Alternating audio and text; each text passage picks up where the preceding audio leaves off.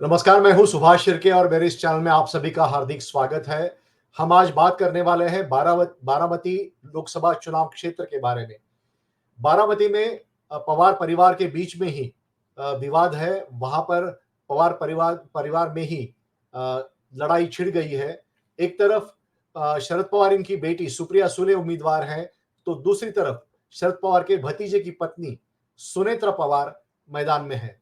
ऐसे में इन परिवार में ही ये लड़ाई है और इस बारे में बात करने के लिए हमारे साथ मौजूद है अविनाश रणसिंह। अविनाश जी, सबसे पहले आपका स्वागत है।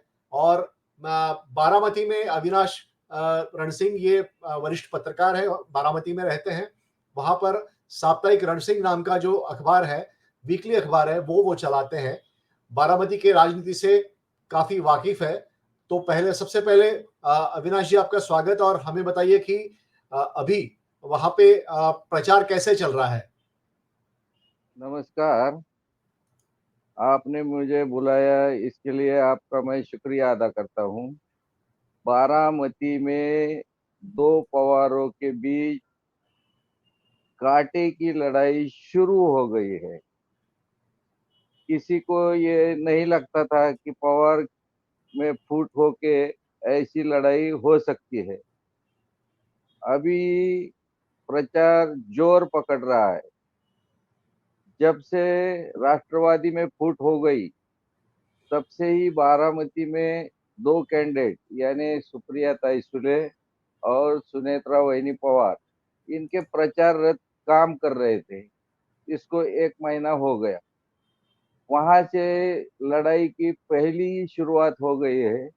अभी उम्मीदवारी अनाउंस होने के बाद वो ग्रिप पकड़ रहा है। हमें बताइए कि बारामती अगर नाम आता है तो शरद पवार साहब का पहले नाम आता है। शरद पवार साहब यहाँ से 6 बार सांसद रह चुके हैं। उनकी बेटी 3 बार सांसद रह चुकी है। एक जो प्रचार चल रहा है वो प्रचार मैं आपको दिखाना चाहता हूँ, जिसमें अजित पवार बोल रहे हैं। और अजित पवार क्या बोल रहे हैं ये मैं आपको अभी बताना चाहता हूँ।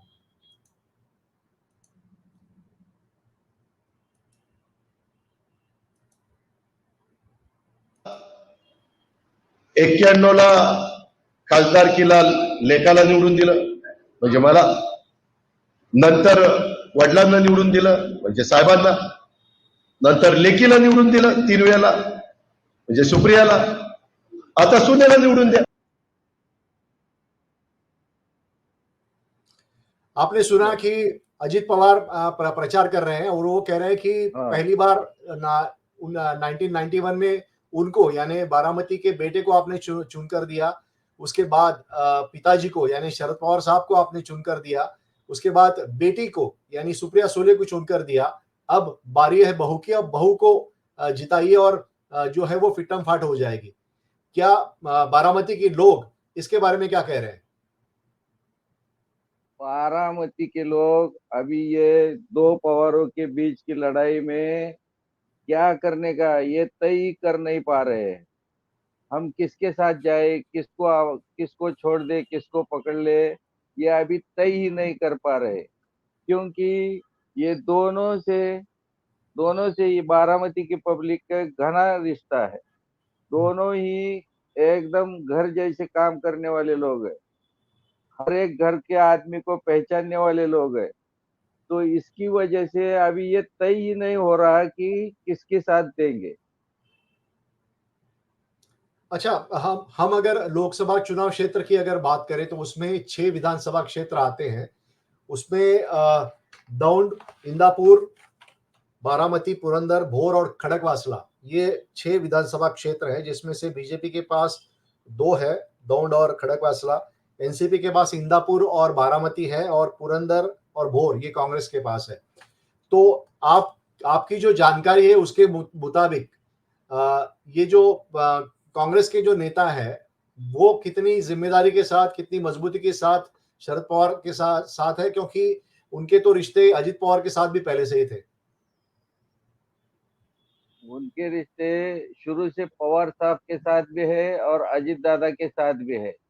लेकिन अभी कांग्रेस वालों ने जो तय कर लिया है कि इंडिया आघाड़ी का नेतृत्व पवार साहब महाराष्ट्र से कर रहे हैं, राष्ट्रवादी का, और कांग्रेस वालों ने उनके नेतृत्व स्वीकार करके इंडिया आघाड़ी में काम कर रहे हैं। तो ये जो कांग्रेस वाले हैं वो पवार साहब के साथ रहेंगे, ऐसा अभी तो दिख रहा है। उन्होंने भोर में जाके अनंतराव थोपटे से भी मुलाकात की। हालांकि अनंतराव थोपटे और शरद पवार इनका बैर जो है वो काफी जाना जाता है। इसका क्या असर होगा भोर विधानसभा क्षेत्र में? पवार साहब का यही वैशिष्ट्य है, जो वो कुछ कमीपना कम कम ज्यादा मानते नहीं। बड़ा हो या छोटा, उससे जाके मिलके अपना काम कैसे हो सकता है, इसका प्रयत्न पवार साहब हमेशा करके वो आज तक सक्सेस है। अच्छा, इसी ये निर्णय से ही उन्होंने अपना पार्टी, लड़की, ये दोनों के लिए पुराने सब मतभेद छोड़ के खुद जाके थोपटे साहब से मिल के आए हैं।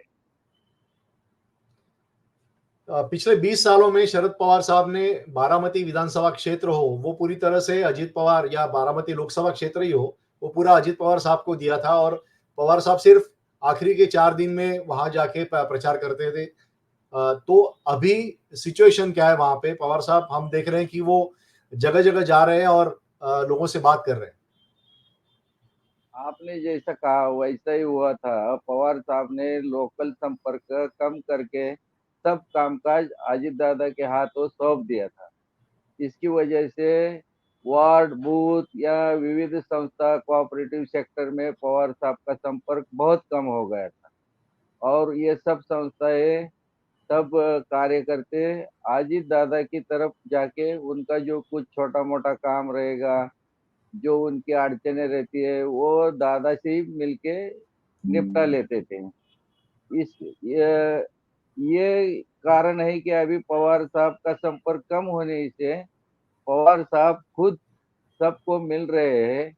पुराने जो उनके कार्यकर्ता, फैमिली मेंबर्स है, उनसे बात कर रहे हैं, और फिर एक बार एस्टेब्लिश कैसे हो, इसका प्रयत्न पवार साहब कर रहे हैं। हमने पिछली बार सुना था 2019 की चुनाव में बीजेपी के वरिष्ठ नेता और देश के जो गृह मंत्री है अमित शाह, इन्होंने तब ये बात कही थी कि बारामती समेत तकरीबन 45 सीटें महाराष्ट्र में वो जीतने जा रहे हैं बीजेपी। हालांकि ये बात ये लोगों को हजम नहीं हुई, लेकिन फिर भी अमित शाह इन्होंने दावा किया था खुद। उस वक्त 2019 में निर्मला सत्यनारायण भी वहां पे जाके उन्होंने प्रचार किया था, आपको याद होगा। तब माहौल क्या था और अब का माहौल क्या है? बीजेपी ने 2 साल पहले ही बारामती सीट का लड़ाई जोर से करने का, और चुन चुन के भाजपा का कैंडिडेट चुन के आना चाहिए, ऐसे ही रणनीति बनाई थी। लेकिन वो उस टाइम अजित दादा पवार साहब के साथ थे, तो बारामती का गढ़ बहुत मजबूत था। लेकिन अजित दादा और पवार साहब में जैसे फूट हो गई, उस दिन से यहाँ की लड़ाई कांटे की बन गई है। अभी भाजपा वालों का इंटरेस्ट तो सुप्रिया सुले को ब्रेक ही लगाने का है, क्योंकि सुप्रिया सुले एक्टिव है, लोकसभा के कामकाज में हिरिरी से काम करने वाली, लोगों के प्रश्न उठाने वाली, भाजपा को इन प्रश्नों से अड़चन उत्पन्न होती है। इसके लिए सुप्रिया सुले संसद तक न पहुंचे, ऐसी रणनीति भाजपा वालों ने बनाई है, और ये रणनीति के तहत ही अजित दादा की पत्नी सुनेत्रा वहिनी पवार को सुप्रिया सुले के अपोज में भाजपा, शिवसेना और राष्ट्रवादी, इन्होंने मिलकर खड़ा किया है। अच्छा, लेकिन लोग लोग क्या वहां पे प्रचार में लोग किस तरह के मुद्दे सुन रहे हैं दोनों लोगों से? यानी सुप्रिया सुले की तरफ से क्या मुद्दे उठाए जा रहे हैं, या पवार साहब की तरफ से क्या मुद्दे उठाए जा रहे हैं, और सुनेत्रा पवार, इनसे क्या मुद्दे उठाए जा रहे हैं? सुनेत्रा पवार वहिनी ने अजित दादा के हाथ मजबूत करने के लिए और सेंट्रल गवर्नमेंट की जो कुछ नीतियां है वो इधर इम्प्लीमेंट करने के लिए अ, चुन के दो, ऐसी भी बात बोल रहे हैं। तो सुप्रिया सुले ने भाजपा को भाजपा की जो रणनीति है उसको ब्रेक लगाने के लिए, शेतकरी मजदूर इनका आवाज उठाने के लिए चुन के दो ऐसी मांग कर रही है। अच्छा, अविनाश जी, मुझे ये भी बता दीजिए कि पिछली बार ऐसा हुआ था कि अजित पवार इन्होंने कई सारी अ, बातें कही थी जिसके कारण उनके ऊपर आलोचना भी हुई थी। जो आप जानते हैं कि उन्होंने जो बांध में या किस तरह से उन्होंने जो बात हाँ कही हाँ थी, हाँ वो हाँ, एक बताने लायक भी नहीं है, लेकिन ऐसी सही कई बात। बातें उन्होंने की थी और अजित पवार ने खुद को ये भी कहा था कि मैं टग्या हूँ। मराठी में टग्या यानी हम्म। जो एक गुंडा गुंडा बोलते हैं। गुंडा, तो हाँ वैसा हाँ वैसा मैं हूँ। तो ये सब चलता हाँ, था, तो चाचा के भरोसे चलता था। यानी अजित पवार को ऊपर नहीं की सारी जो चीजें थी वो पवार साहब हैंडल कर लेते थे। अजित पवार वहां पे सिर्फ काम करना और लोगों को मैनेजमेंट करना, ये वो देखते थे। तो अभी अजित पवार खुद अपने चाचा के शूज में, यानी चाचा के रोल में वहां पे वो जा रहे हैं। तो ऐसे में उनको कितनी कठिनाइयां हो रही है। पिछली बार कई लोगों को उन्होंने दुखाया था।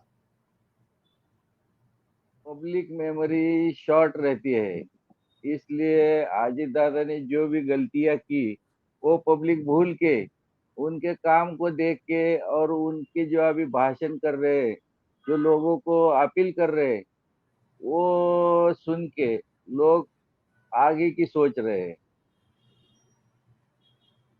तो क्या उम्मीद है लोगों को? लोग तो अभी बैलेंस दिख रहा है, दोनों तरफ बराबर है। शुरू शुरू में सुप्रिया ताई के साथ लोग कम दिखते थे, लेकिन अब उनके साथ भी लोग जुड़ने लगे हैं। उनका भी कैंपेन अच्छा ग्रिप पकड़ रहा है। अच्छा, आप कह रहे हैं कि लोग बैलेंस करें दोनों तरफ से, क्योंकि पवार परिवार से बारामती के लोगों का रिश्ता बहुत पुराना है और ऐसे में शायद वो ये चाह रहे होंगे कि दोनों में लड़ाई ना हो जाए तो अच्छी बात होती थी। आपने एकदम सही बोल दिया है। सब लोग चाहते थे, लेकिन लोग जो चाहते हैं वैसा होता नहीं है करके, तो ये लड़ाई अभी हो रही है। हम्म, अभी अजित दादा विकास की बात कर रहे हैं। विकास के लिए सत्ता चाहिए, इसके लिए भाजपा का साथ दिया, ऐसे दादा का कहना है। तो सुप्रिया सुले जी का कहना है कि ये भाजपा की गलत नीतियां है। लो वो ठराविक लोगों को ही सपोर्ट कर रहे हैं, बाकी जनता को बहुत दिक्कत पैदा हो रही है, महंगाई बढ़ रही है, तब काम नहीं मिल रहा है, ऐसा सुप्रिया सुले जी का कहना है करके वो भाजपा को अपोज कर रहे हैं। जैसा कि आप है, आपके दोनों से अच्छे रिश्ते हैं। शरद पवार साहब से भी अच्छे रिश्ते हैं और अजित पवार साहब से भी अच्छे रिश्ते हैं। ऐसे में आप जैसे जो लोग होंगे, जब दोनों नेता सामने आते हैं बारी बारी से, तो आप क्या जवाब देते हो उनको? क्योंकि सपोर्ट तो दोनों यार, मांगते हैं आपसे। अभी तो लोग सच्ची बात बोल नहीं पा रहे हैं, क्योंकि दोनों दोनों से सबके रिश्ते अच्छे हैं। जो सामने आएगा वैसा बात हो रहा है। लेकिन अपन खाजगी में बैठ के जब चर्चा करते हैं तो ये नहीं होना चाहिए था, ऐसा लोगों की सोच है। जो हो गया वो बहुत गलत है। ये बारामती के लिए, महाराष्ट्र के लिए और देश की राजनीति में गलत हो गया, ऐसी लोगों की सोच है। अच्छा, अजित पवार इन्होंने एक बात कही थी कि चाचा को अब रिटायर होना चाहिए था। तो क्या लोग कितने सहमत है इससे? और उसमें दो मत है। कुछ लोगों का कहना है कि अभी दादा को देना चाहिए। वैसा सोच लिया तो ऑलरेडी आज दादा के पास 20 साल से सब बारामती का और पुणे जिला सब कोऑपरेटिव संस्था का काम साहब ने, पवार साहब ने अजित दादा को ही दिया था। सुप्रिया सुले उसमें कुछ भी इंटरफेयर नहीं कर रही। फिर भी अभी दादा को सेंट्रल का भी चाहिए करके दादा ने ये निर्णय लिया है। अच्छा, जो पुराने बीजेपी के कार्यकर्ता हैं, आप कभी उनसे बात कर रहे होंगे, आरएसएस के कार्यकर्ता हैं, उनसे आप बात करते होंगे, उनकी क्या विचारधारा है, उनके क्या विचार है? क्या वो सारी इससे वो जरूर खुश रहते होंगे कि लड़ाई आपसी परिवार में हो रही है? मेजॉरिटी भाजपा के कार्यकर्ता बारामती में ये जो लड़ाई है उनको अच्छा लग रहा है, क्योंकि उनकी ताकत ही नहीं थी। अजित दादा की वजह से भाजपा को अभी थोड़ा बहुत जो ताकत है वो अजित दादा की वजह से मिल रहा है करके उनको अच्छा ही लग रहा है। अच्छा, बारामती में सबसे बड़ा एक फैक्टर है वो वोटर्स का, वो धनगर वोट है। तो वो धनगर वोट पिछली बार हमने देखा था कि महादेव जानकर जब चुनाव में खड़े थे 2014 में, तब उनको 42% से ज्यादा वोट उनको हासिल हुए थे। लेकिन बाद में पिछली बार जब कांचन कुल जब वहां पे उम्मीदवार थी बीजेपी की, उस वक्त उनको सिर्फ 40% वोट मिला था। तो ये धनगर वोट जो है वो कहाँ जाएगा? क्योंकि धनगर वोटों को लुभाने के लिए महादेव जानकर को परभणी में बतौर बीजेपी उम्मीदवार उतारा गया है। धनगर वोट का ऐसा है, बारामती में आधा आधा हो जाएगा। अगर धनगर कैंडिडेट रहेगा तो सब वोट धनगर का धनगर कैंडिडेट को जाता है। अगर धनगर कैंडिडेट नहीं रहेगा तो आधा आधा हो जाता है। अच्छा, दूसरा युवा वर्ग क्या सोचता है? क्योंकि मैं 2 महीने पहले बारामती में गया था एक कॉलेज के समारोह में, और वहां पे मैंने बच्चों से जब मैं बात कर रहा था, स्टूडेंट से बात कर रहा था, तो उनका कहना था कि अजित पवार ने ये जो किया वो गलत किया है। लेकिन क्या वोटों में या वोट देते समय युवाओं का ये जो कहना है वो सच में उतरेगा? आपको क्या लगता है? इसमें दोनों बाजू है। कुछ दादा की इसको सही मान रहे हैं, कुछ गलत मान रहे हैं। इसकी वजह से क्या है, बैलेंस हो जाएगा युवा में भी। वो युवा वन वे नहीं रहेगा। हम्म। अच्छा, कुछ किस्से हो रहे हैं यहाँ पे बारामती में? क्योंकि पवार साहब तो लोगों से मिलते हैं तो कई सारी बातें होती है। अजित पवार भी कई सारी बातें कहते हैं, जैसे अभी आपने वीडियो सुना था उनका। तो क्या किस्से हो रहे हैं वहां पे? किससे तो बहुत है। एक महीना पहले ही पवार साहब ने सुप्रिया ताई का कैंडिडेचर जाहिर करके इधर मीटिंग लेना शुरू कर लिया था, क्योंकि वो पब्लिक कांटेक्ट से बहुत दूर थे। तो जी। उन्होंने महीने पहले से काम शुरू कर दिया था। तो व्यापारी मीटिंग, लॉयर्स की मीटिंग, डॉक्टर्स की मीटिंग, ऐसा मीटिंग था। तो शुरू में व्यापारियों ने पवार साहब की मीटिंग करने से मना कर दिया था। हम्म। तो पवार साहब ने बोल दिया कि 50 साल में ऐसा कभी नहीं हुआ, आप बात भी सुनने को तैयार नहीं, तो ये बहुत गलत हो रहा है। ऐसे बहुत किस्से हो रहे हैं। जो अभी वो अजित दादा के भतीजे भतीजे भतीजे नहीं, भाई के लड़के, पुतने बोलते हैं हमारे मराठी में, वो प्रचार कर रहे हैं, उनके भाई प्रचार कर रहे हैं। वो प्रचार में कुछ अलग अलग बातें हो रही है। ऐसे बहुत किस्से हो रहे हैं। अच्छा, वो जो व्यापारियों की जो मीटिंग थी बाद में हुई क्या? बाद में हुई, बाद में 8 दिन बाद उनको उन्होंने जाके पवार साहब से फिर मुलाकात करके टाइम लेके फिर मीटिंग कर दिया। वो मीटिंग दो दो मीटिंग हो गई उसमें। व्यापारियों में दो दो गुट में बट गए व्यापारी। राष्ट्रवादी जैसे दो गुट में बट गए, वैसे बारामती में व्यापारी भी दो गुट में बट गए। कुछ लोगों ने आज साहब का प्रोग्राम कैंसिल करने की वजह से अलग संगठन बनाया, और जो पुरानी संगठन है वो तो दो दो व्यापारी संघ बारामती में हो गए। और क्या लॉयर में और हाँ। बारामती में कार्यकर्ता के घर में भी दो गठ हो गए। पिताजी पवार साहब की तरफ तो लड़का अजित दादा के साथ, ऐसे बहुत लीडरों के घर में भी ऐसा हो गया है। तो एक तरह से बारामती बढ़ गई है इस परिवारवाद की लड़ाई में। हाँ हाँ, बराबर अच्छा, बराबर। लेकिन हाँ, पवार साहब पे मैंने एक डॉक्यूमेंट्री की, मैं एक नेशनल चैनल में था तब, और उस वक्त उन्होंने बताया था कि जो दूध का वहाँ पे बिक्री और दूध का जो खरीद वहाँ पे होती है दूध डेयरी में, वो सारा जो बिजनेस है वो महिलाओं के हाथ में है।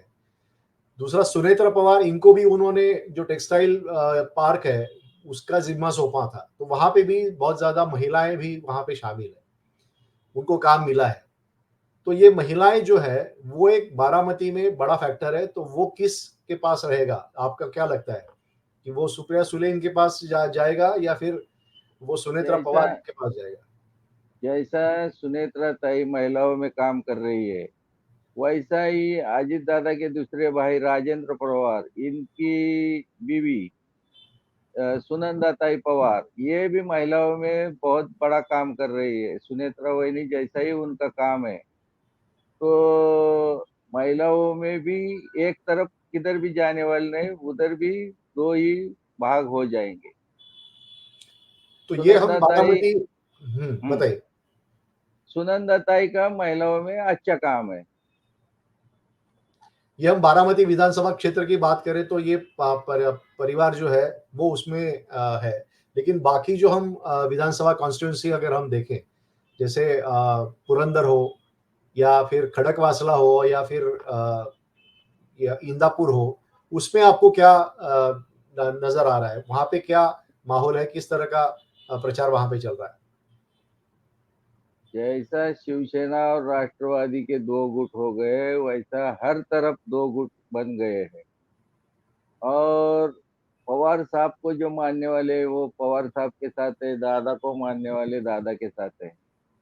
और कई कार्यकर्ता जो इंदापुर में है, जो भाजपा में हर्षवर्धन पाटिल के साथ गए, वो उनको ये आगाड़ी अच्छी नहीं लग रही है।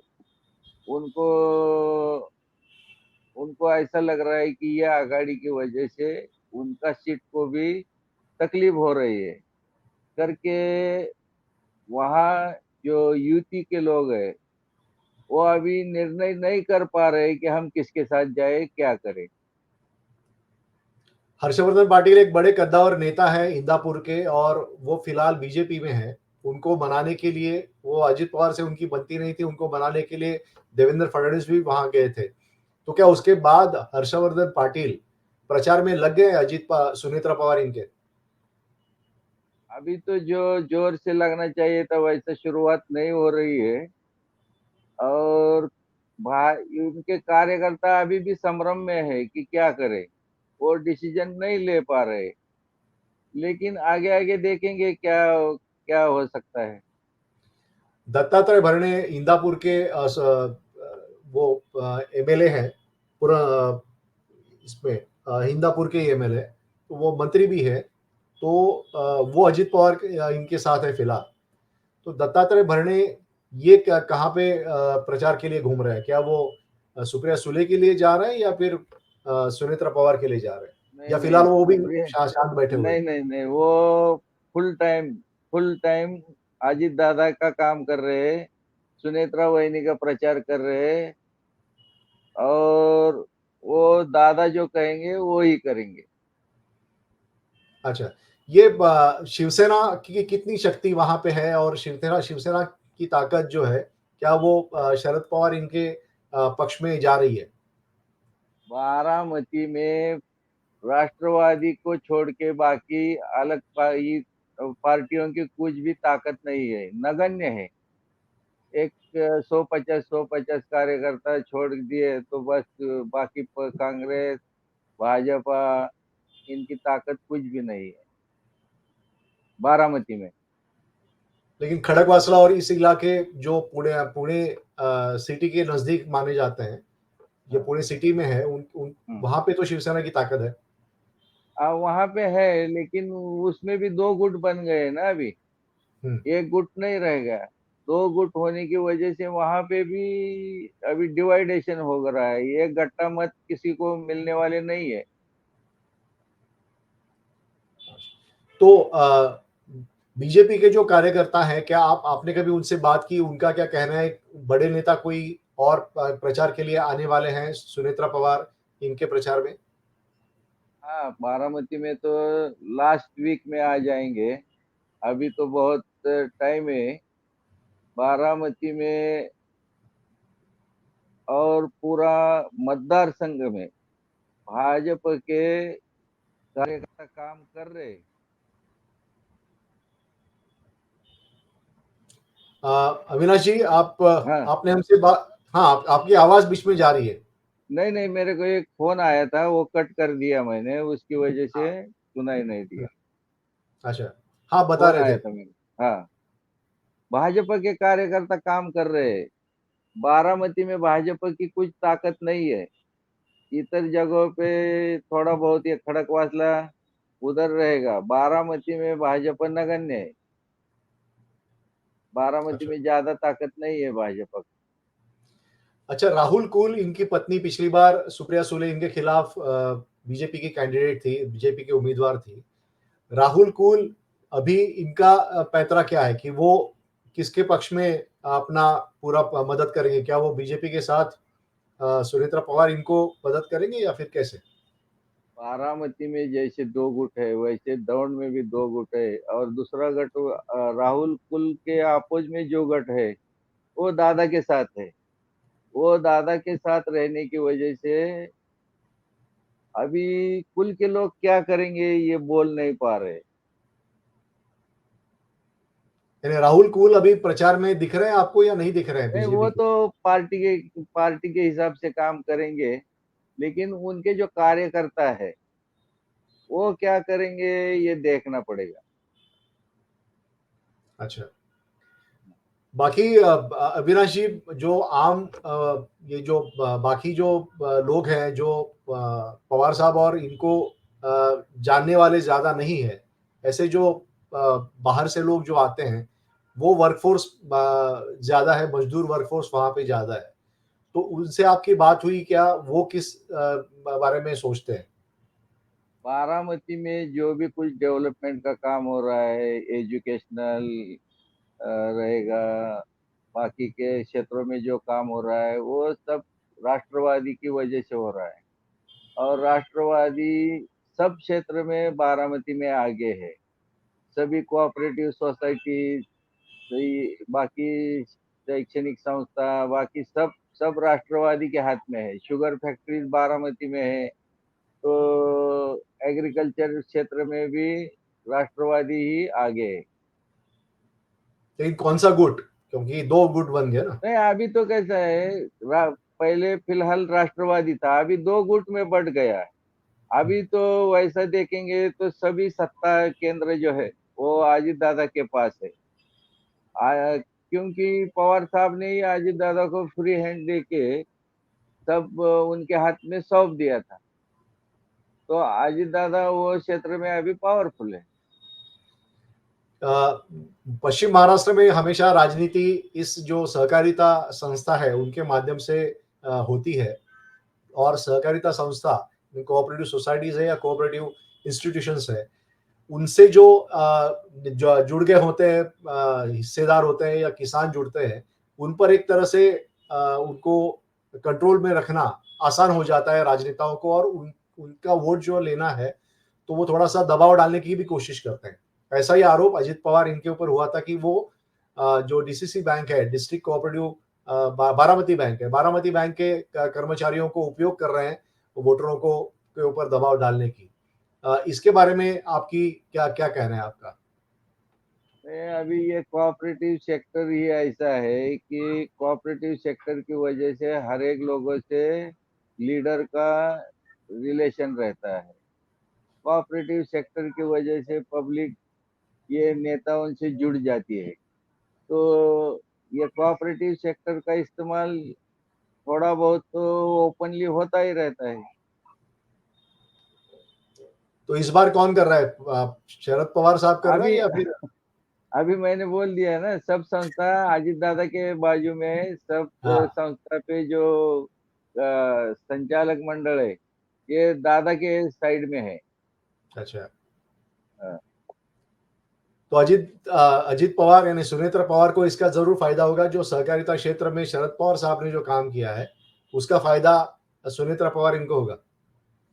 दोनों को मिलने वाला है। पवार साहब को भी इधर सब मानने वाले हैं, तो एक तरफ नहीं जाएगा, बंटवारा ही होगा, बंटवारा ही होगा।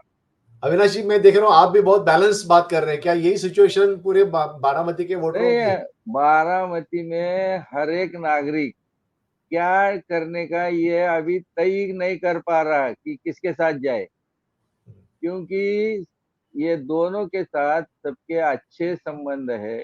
दोनों ने बारामती वाले को अच्छा काम करके इधर का जो माहौल है वो माहौल भी इन लोगों ने बहुत अच्छा रखा है, करके अभी तय नहीं हो पा रहा।